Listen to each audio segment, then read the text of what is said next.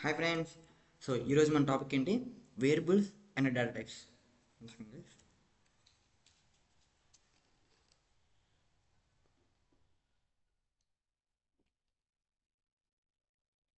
So guys, మన topic ఏంటి? Variables and data types. Guys, ఇప్పుడు మనకి ఇక్కడ ఏం కనబడుతుంది? Thums Up bottle.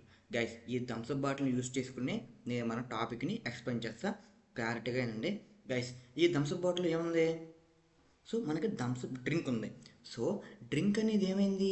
ఈ బాటిల్ లోపల స్టోర్ చేశారు. సో డ్రింక్ అనేది ఏంటి? డేటా. బాటిల్ అనేది ఏంటి? వేరియబుల్. వేరియబుల్స్ అంటే ఏంటి?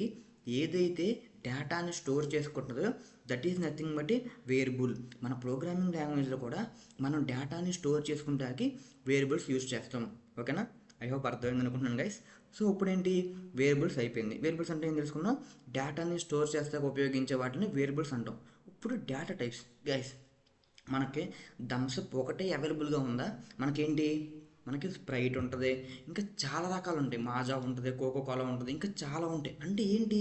ఎందుకన్నా ఒకటే వాడచ్చు కానీ గైస్. అలాగే మన ప్రోగ్రామింగ్ లాంగ్వేజ్ కూడా ఇంటీజర్ అని, స్ట్రింగ్ అని, బూలియన్ అని, ఫ్లోట్ అని అలా డిఫరెంట్ డిఫరెంట్ లాంగ్వేజెస్ ఉంటాయి.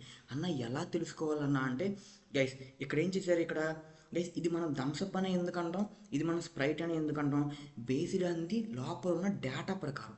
సో ఈ స్ప్రైట్ బాటిల్లో స్ప్రైట్ ఉంది కాబట్టి మనం స్ప్రైట్ బాటిల్ ఉన్నాం. థమ్స్అప్ బాటిల్లో థమ్స్అప్ ఉంది కాబట్టి థమ్స్అప్ బాటిల్ ఉన్నాం. అలాగే మన ప్రోగ్రామింగ్ లాంగ్వేజ్లో కూడా వేరియబుల్ లోపల ఏదైతే డేటా ఉందో అని ఆ వేరియబుల్ అంటాం.